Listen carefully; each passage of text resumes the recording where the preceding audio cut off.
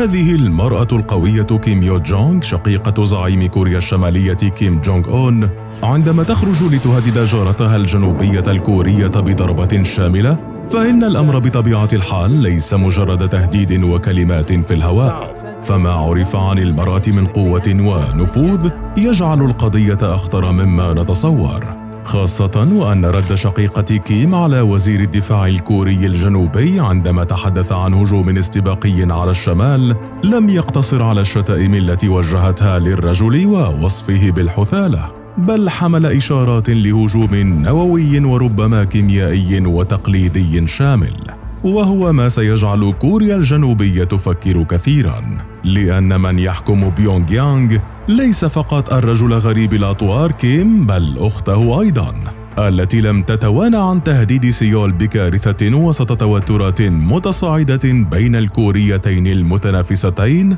بشأن سلسلة تجارب الأسلحة في كوريا الشمالية هذا العام، بما في ذلك أول صاروخ باليستي عابر للقارات منذ أكثر من 4 سنوات، ما يشي بأن كوريا الشمالية ستجري المزيد من اختبارات الأسلحة المهمة قريباً، وستتخذ موقفاً متشدداً بشأن كوريا الجنوبية قد تصل فعلاً حد العمل العسكري.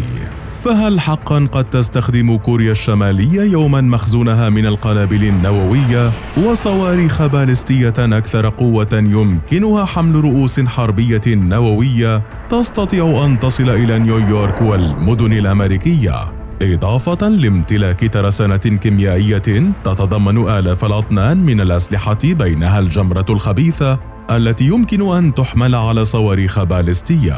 بحيث يقتل كل كيلوغرام واحد منها مئات الآلاف من البشر. فلماذا كل هذا الرعب من الترسانة النووية والكيميائية لكوريا الشمالية؟ وماذا تتضمن؟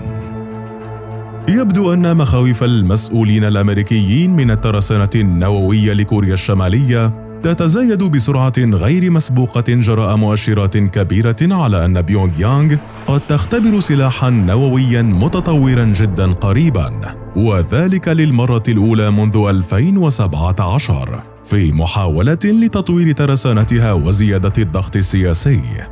وبحسب التقارير الأمريكية فإن كوريا الشمالية بدأت أنشطة قرب موقع مفاعل بونجيري النووي تمهيداً لاختبار ما، بالتزامن مع ترميم أحد الأنفاق المستخدمة في الاختبارات النووية، فيما تشير معظم الترجيحات إلى أن البرنامج النووي لكيم حالياً سيمكنه في وقت قريب من تحقيق أهدافه بتصنيع رؤوس نووية أصغر حجماً.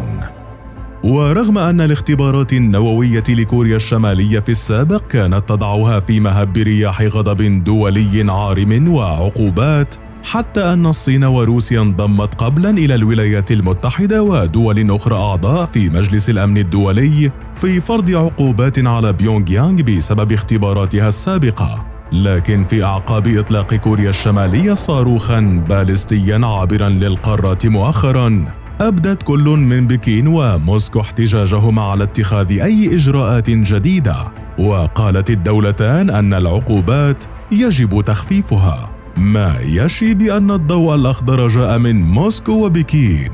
لبيونغ يانغ. ترسانة كيم.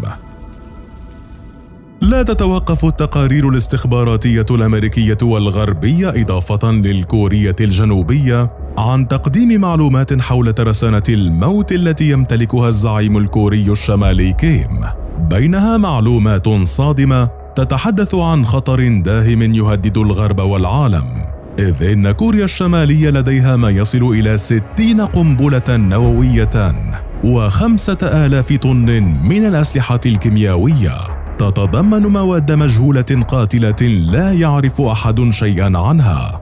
وبحسب التقارير الاستخباراتية الغربية فإن كوريا الشمالية تمتلك ثالث أكبر كمية من الأسلحة الكيميائية على مستوى العالم، وفي حال نشب نزاع عسكري خاصة مع كوريا الجنوبية فمن المحتمل جدا أن تستخدم كوريا الشمالية قذائف مدفعية كيميائية.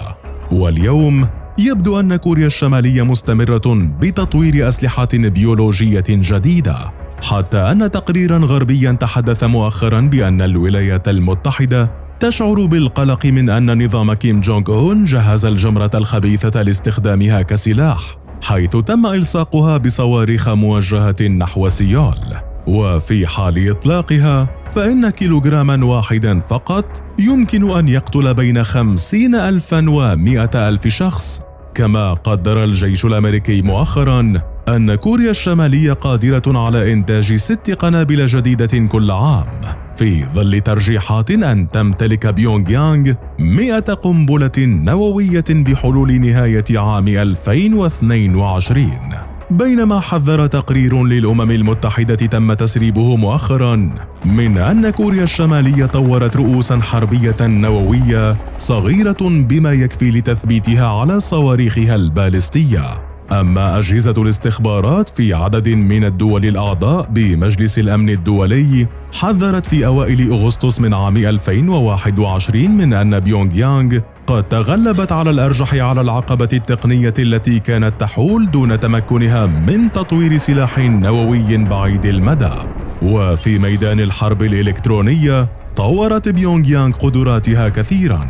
حيث تشرف على أكثر من 6,000 قرصان هاكر، العديد منهم موجودون خارج كوريا الشمالية وينفذون مهام تجسس واختراق لصالح كيم وشقيقته. ومن بين مهامهم شل أنظمة الدفاع الكورية الجنوبية حال قرر كيم وشقيقته شن هجوم نووي أو كيميائي على كوريا الجنوبية. وأنت برأيك هل يفعلها كيم وشقيقته؟